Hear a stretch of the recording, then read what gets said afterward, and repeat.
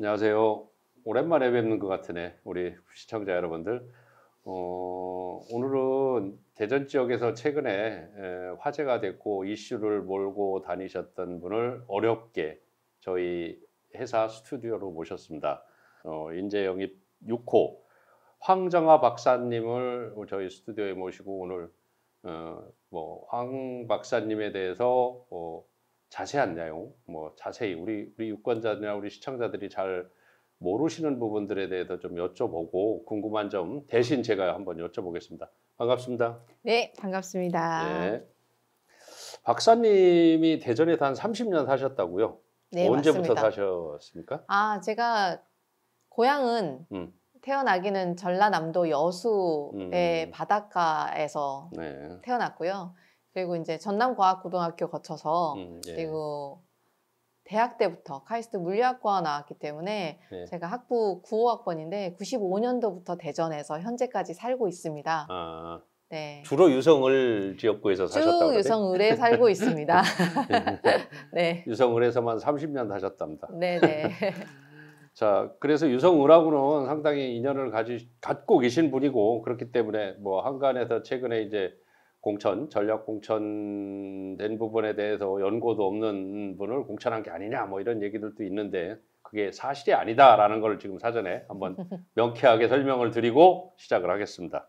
황정아라는 사람이 정치권에 등장한 적은 이번이 처음이잖아요. 네, 맞습니다. 정치권에 등장한 게 이번이 처음이다 보니까 황 박사님에 대해서 잘 모르세요. 유권자들이 우리 대전 시민들이 좀 더 황정아라는 사람에 대해서 알게끔 간략하게 본인 소개를 먼저 좀 해주시죠. 네. 안녕하십니까. 저는 더불어민주당의 대전 유성을 국회의원 예비후보 황정아입니다. 저는 여수에서 태어났는데 여수보다 대전에서 훨씬 더 오래 살았고요. 제 전 생애에서 대전에서 산 기간이 가장 깁니다. 그래서 대전은 제2의 저의 고향이다 라고 생각되고 대전 지역 중에서도 유성을 지역에 쭉 살고 있기 때문에 제가 신성동, 전민동, 그리고 관평동, 송강동에서 쭉 살아왔습니다. 현장의 연구자로서 사실상 거의 30년 가까이 연구를 해오고 있고 대전에 있는 대덕특구 연구단지에 있는 한국천문연구원의 책임연구원으로 근무하고 있습니다. 그리고 현재는 여러분들이 많이 아시는 거는 누리호 23년에 5월 25일에 발사됐던 누리호 3차 발사에 실렸던 도요세지라는 인공위성이 있습니다. 그 인공위성 4개에 제가 시스템 엔지니어를 맡고 있어서 2017년부터 23년 발사할 때까지 7년 동안 그 인공위성을 개발하는데 주도적으로 기여해왔고요. 그리고 최근까지 이제 우주 방사선 연구를 하고 그리고 대전에 있는 과학기술연합대학원 대학교 UST에 천문우주과학 전공의 그 캠퍼스 대표 교수를 2008년부터 현재까지 맡고 있고요. 그리고 지금도 교수 직책을 가지고 계시는 잠깐 거? 휴직이죠. 휴직이죠. 제가 지금은 교원이나 이제 교수직이나 지금 연구원은 휴직인 상태로 있고요. 그리고 23년도부터 현재까지는 이제 카이스트 항공우주공학과의 항공우주공학 쪽에 겸직 교수로 학생들을 가르쳐 왔습니다. 지금은 잠시 휴직인 상태고요. 네네. 자, 그러면은 지금 쭉 소개해 주신 내용을 보면은 사실 어떻게 보면 우리 황 박사님은 정치하고는 별 인연이 없던 분이에요. 근데 그러신 우리 박사님께서 갑자기 정치에 입문을 하시고 정계에 뛰어들게 된 계기가 뭐가 있을까요? 사실 저는 지금 이 순간에도 우주를 연구하고 학생들 가르치고 그리고 학생들이랑 같이 뭔가를 만들어서 인공위성을 만들어서 우주로 보내는 저의 일을 매우 사랑하고 긍지를 갖고 있습니다. 그럼에도 불구하고 그 일만 열심히 할 수 있는 환경이었으면 아마 이 도전을 하지는 않았을 것 같은 생각이 드는데 작년부터 시작된 그 과학자들 사이에서 지금 굉장히 너무 크게 피해가 다가오고 있는 R&D 예산 삭감 문제가 있습니다. 대덕특구 연구단지뿐만이 아니라 그러니까 많은 과학계 인물들이 지금 이번 정부가 과학계는 정말 너무한다. 과학계 홀대론이 팽배해 있습니다.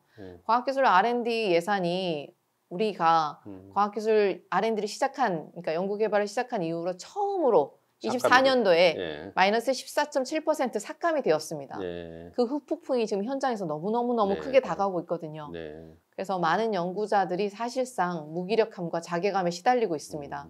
네. 그런 이야기들을 연구자들이 2명, 3명만 모여도 늘 그 걱정을 하게 만들고 있어요. 예. 이번 정부가. 그래서 네, 그러한 그래서 상황을 그 해결을 위해서 그렇죠. 타개할 누군가가 반드시 필요한 타이밍이었다고 생각합니다. 그러면은 그렇게 이제 그거 해결을 하시기 위해서 이제 정치에 입문을 하셨는데, 네. 그럼 무슨 나름대로 보관이 있을 거 아닙니까? 자기가 당선이 되면은 이 R&D 예산, 삭감된 R&D 예산을 뭐 복원시키겠다든가 어떤 식으로 하겠다든가 뭐 돌파구 같은 게 있을까요? 가지고 계신 생각? 네네. R&D 예산 삭감을 24년도도 문제인데 사실 23년도부터 그 여파는 계속 오고 있었는데 24년도를 만약에 이런 식으로 예산이 완전히 삭감된 상태로 진행을 하게 되면 네. 현장에서는 아주 중요한 연구 과제들이 끊기게 될 거고 그리고 무엇보다 중요한 건 사람의 고리가 끊기게 됩니다. 그래서 수많은 대학원생들 그리고 박사후 연구원들이 더 이상 일할 자리가 없어질 거거든요. 인건비부터 제일 먼저 삭감을 당하고 있기 때문에 그러면 그 두뇌들이 그 우수한 이공계 두뇌들이 우리나라에 있지 않고 해외로 나가려고 인력 누수가 본격적으로 일어나고 있습니다. 그리고 교수들도 마찬가지고 서울대 카이스트 교수들도 사실상 다른데 해외에서 자리를 찾고 있는 중입니다. 이 상황을 그대로 두면 더 이상은 우리나라가 비가역적으로 정말 돌이킬 수 없을 정도로 과학계에 지금 퇴행이 이루어지고 있는 중이거든요. 그래서 올해만이라도 이렇게 두면 절대 안 되겠다 싶어서 일단 제가 제안하는 바는 올해 예산 편성된 거라도 일단 상반기에 집중해서 쓸 수 있도록 좀 상반기에 몰아 쓸 수 있도록 65% 이상의 예산을 먼저 닦여 쓸 수 있도록 하고 하반기에는 긴급 추경 예산을 편성해서라도 올해의 예산 삭감의 후폭풍이 더 이상 현장을 타격시키지 못하도록 할 법안을 생각하고 있고요. 그리고 만약에 내년에도 문제는 뭐냐면 올해 지금 마이너스 14.7%도 문제인데 내년부터 5년 동안 지속적으로 0.7% 밖에 0.7%밖에 지금 인상이 안 된다고 지금 계획표가 나와 있거든요. 이게 무슨 얘기냐면 올해 기준으로 0.7%면 5년이 지나도 23년도 수준이 아닙니다. 전혀 회복이 안 되는 수준으로밖에 지금 계획이 안 세워 있는 게 문제예요. 그러면 이 비가역적 퇴행이 점점 더 더해질 거라고요. 이걸 막아야 하기 때문에 국가 재정, 국가 총 지출의 5% 이상을 과학기술 R&D로 확정적으로 보장하는 미래성장 동력 법안 같은 걸 생각하고 있고요. 그게 첫 번째고 두 번째는 행정부가 마음대로 그러니까 주먹구구식으로 과학기술 R&D 예산을 이렇게 늘렸다 줄였다 할 수 없게 아주 확정적으로 5%씩 지속적으로 가게 하는 뭐 국가기술혁신법, 과학기술혁신법 등을 통해서 어느 정부가 들어서든지 간에 그러니까 사실 과학기술이 미래 먹거리다는 건 모든 사람이 동의하는 바잖아요. 그렇죠. 그러니까 정부가 윤석열 대통령도 말은 그렇게 하던데. 말은 그렇게 하고 있다는 게 문제인데 정부가 바뀌더라도 진보든 보수든 상관없이 항상 확정적으로 안정적으로 그리고 돼야 되고 그 비율을 건드리지 못하게 하는 혁신 법안을 생각하고 있습니다. 그 법 꼭 만드십시오. 네, 권력 남용이라고 생각하고 있거든요. 이거는 우리의 미래를 건드리고 있는 얘기잖아요. 우리나라의 성장 방정식이 두 가지가 있었다고 생각을 하는데 하나는 교육이고 하나는 과학기술입니다. 우리의 부모 세대가 본인들은 못 배우셨어도 자녀 세대는 무슨 일이 있어도 가르치려고 하셨고 우리는 돈이 없어도 그래도 과학기술자는 일을 하게 해야지. 그게 한강의 기적이었는데 이번 정부는 둘 다 그렇게 못하게 하고 있기 때문에 이렇게 둘 수는 없다고 생각합니다. 지금 보면은 윤석열 정부가 이제 뭐 이렇게 과학계 반발이나 이런 것들이 좀 꽤 이렇게 거세게 드세게 나오니까 뭐 지금 뭐 앞으로 뭘 어떻게 하겠다 새롭게 이렇게 뭐 이렇게 수정을 해서 발표를 하는데 그 발표하는 내용도 사실은 내용이 없어요. 없죠. 그러니까 선언적으로 공허하게 과학기술 퀀텀 점프를 어떻게 할 것인지가 있어야 되잖아요. 구체적인 실행 방안은 없어요. 말만 선언하고 끝나는 거예요. 그러니까 과학계 현장에서는 전혀 믿음이 안 가는 거죠. 그럼 실질적으로 예산이나 이런 거를 더 업시키거나 이런 행동 전혀 없죠. 그런 제스처 자체가. 그런 제스처도 없고 뭐 어떻게 하겠다는 건지 방법이 없는데 말만 하면 그게 무슨 도움이 됩니까?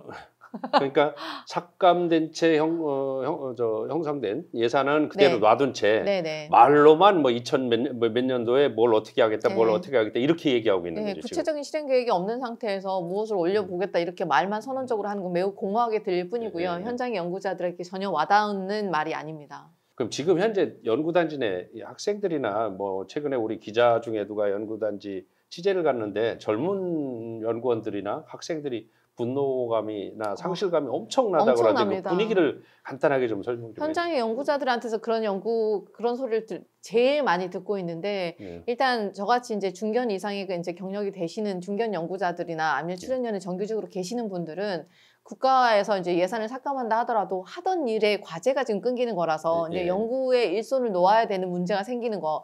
연구에 맥이 끊기는 것도 사실상 큰 문제긴 한데 장기적으로 가야 할 프로젝트를 애초에 가겠다고 한 프로젝트를 3년 주겠다고 했는데 1년, 2년 만에 끊어버리면 연구 성과는 더 이상 못 나오는 거거든요. 그렇죠. 그걸 다시 처음부터 시작하려면 얼마만큼 회복하는 시간이 걸릴 텐데 이것도 문제인데 더 큰 문제는 뭐냐면 학생들이 사실상 대학생, 대학원생들의 그 연구 인건비 네. 본인들의 급여가 다 과제에서 나오고 있었잖아요. 그렇죠. 그래서 저희 연구소도 마찬가지고 그리고 모든 주변의 카이스트나 충남대학교나 네. 모든 교수님들이 그 실험실을 운영할 때 과제를 가져와서 그래서? 학생들의 인건비를 대고 그렇죠. 있었는데 네, 네. 과제 예산이 50%, 80% 이렇게 삭감이 돼요.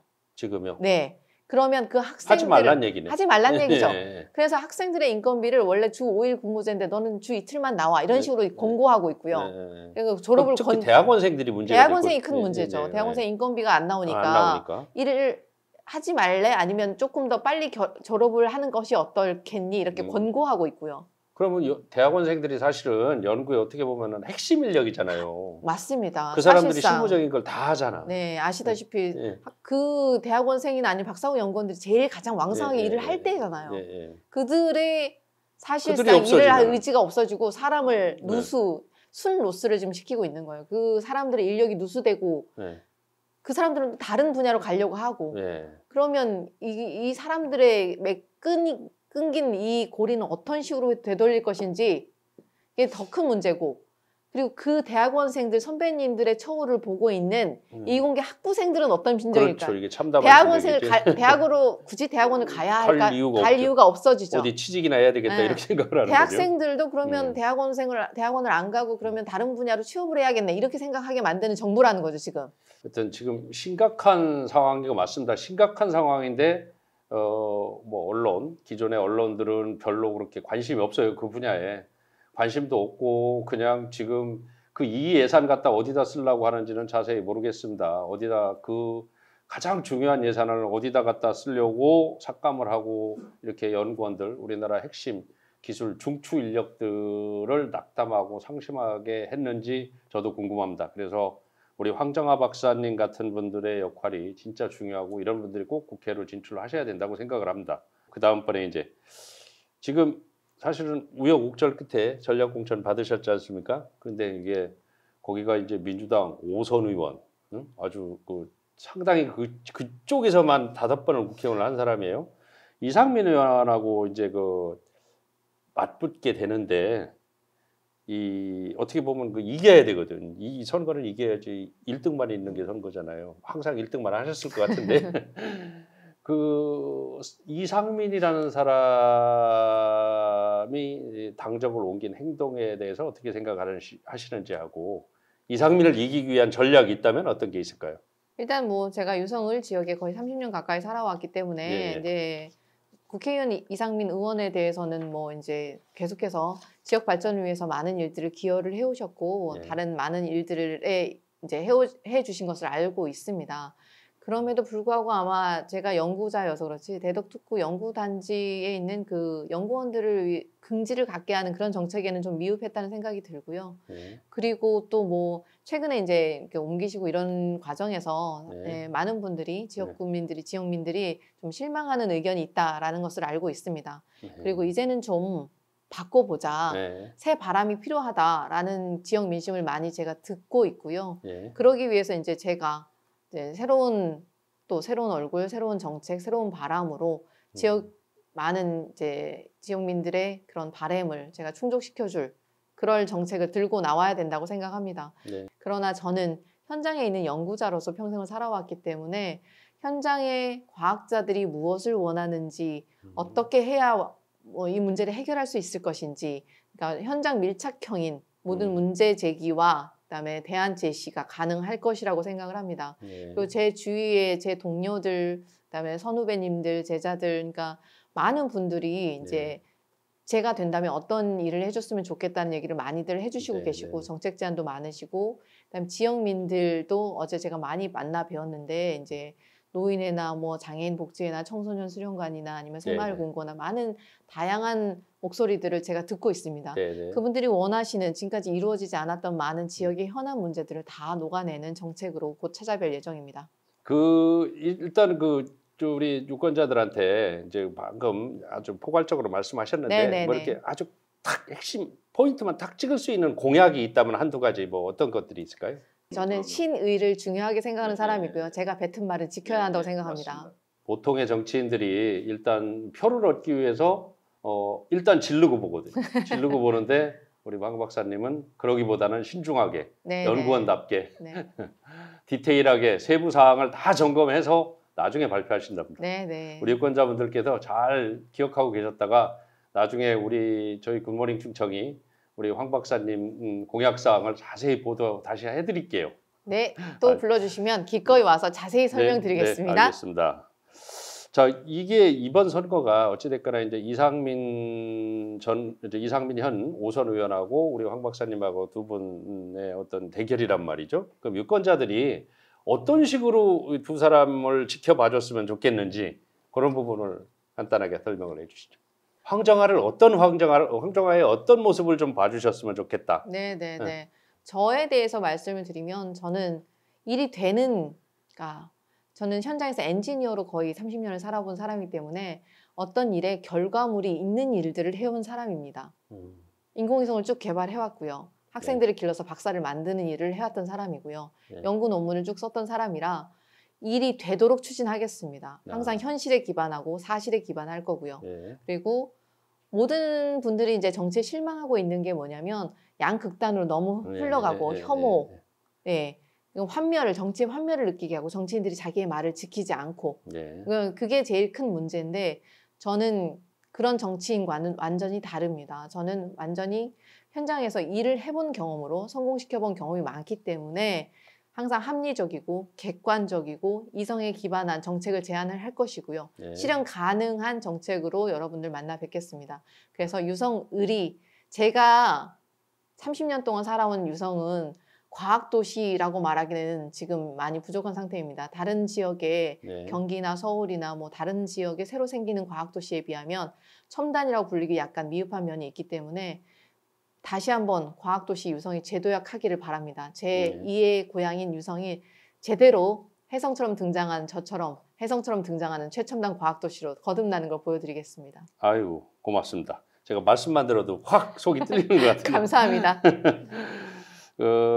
지금 사실은 지금 말씀을 하셨기 때문에 제가 좀 궁금한 점이 앞에다 좀 질문을 드렸어야 되는데 자, 그러면 본인이 왜 6호 인재로 영입이 되셨다고 생각을 하세요? 네. 그 원인을 제가 아까 여쭤보고 싶었거든요. 네네네.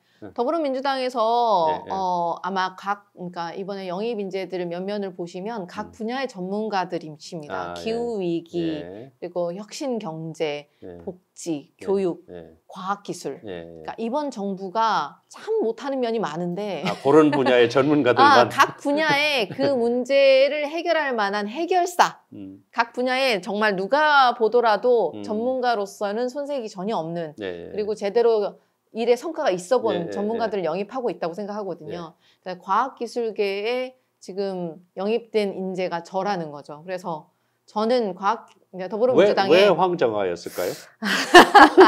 왜 황정아였을까요? 그게 궁금한 거예요. 그게 과학 계통인데 그리고 중요한 것은 과학자들은 그런 거 좀 민감하거든요. 그러니까 애초에 정치를 하려고 계속해서 이제 주변에 있었다거나, 그러니까 과학적인 업적이나 성과가 부족하다거나 그러면 동료 과학자로 인정하지 않습니다.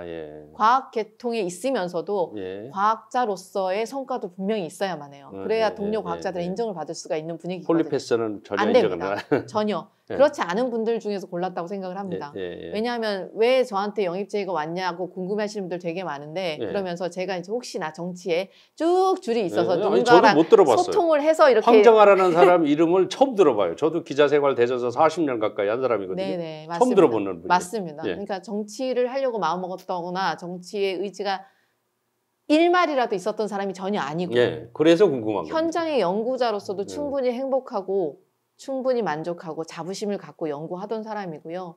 그럼에도 불구하고 현실이 지금 과학기술자들이 연구를 제대로 할 수 없는 환경이라서 이 연구 생태계를 좀 제대로 만들어줄 사람, 실천력이 있고 그다음에 과학 쪽에도 성과가 있어야 되고 동료들의 인정도 있어야 하고 그 모든 면을 다 보셨다고 생각합니다. 마지막으로 우리 유성구 유권자분들, 유성 시민들, 대전 시민들한테 당부하고 싶은 말씀 한 말씀 하시고 마무리하는 거로 하겠습니다. 대전 유성을 주민 여러분 그리고 대전 시민 여러분, 저는 더불어민주당의 유성을 국회의원 후보 황정아입니다. 아마 제가 정치 신인이어서 이제 궁금해들 하실 텐데 저 이제 어제부터 해가지고 거리 인사, 출퇴근 인사도 시작을 했고요. 그리고 과학기술계를 대변하는 정치인으로 발탁이 되었습니다만 이제는 유성구을 주민들을 대표하는 정치인으로 제가 차근차근 준비해 나가겠습니다. 저는 30년 가까이 유성을에 살아왔고 세 아이의 엄마입니다. 그래서 각 동별 그리고 현안들, 교육, 돌봄, 복지, 그다음에 체육, 인프라의 부족한 점, 공용시설들의 부족한 점을 모두 다 제가 다 파악하고 있다고 생각하고 지역 주민들의 현안들은 제가 곧 다 찾아뵙고 인사드리고 다 청취하도록 하겠습니다. 주민들과 함께 소통하는 그리고 항상 작은 목소리에도 귀 기울이는 황정아가 되겠습니다. 감사합니다. 오늘 우리 황정아 박사님 아주 말씀도 잘하시고 또 조리 있게 잘하시는 것 같습니다. 그다음에 유성을뿐만이 아니라 유성구 전 지역 사실 지금 우리 그 연구단지라는 데가 역사도 오래되고 된데도 불구하고 많이 이렇게 퇴보를 한다고 할까요? 뭐 그런 분위기가 좀 있어요. 미국의 실리콘밸리나 뭐 최고 그 첨단 과학산업단지처럼 변화할 수 있도록 우리 전문 분야의 아주 전문가, 정치권에 진출을 해서 좀 더 대전이 발전하고 대전 과학산업 분야가 발전할 수 있는 기회가 됐으면 좋겠습니다. 오늘 짧은 시간이지만 시간 내주셔서 감사합니다. 아유, 초대해 주셔서 영광이었습니다. 네, 고맙습니다. 네, 감사합니다.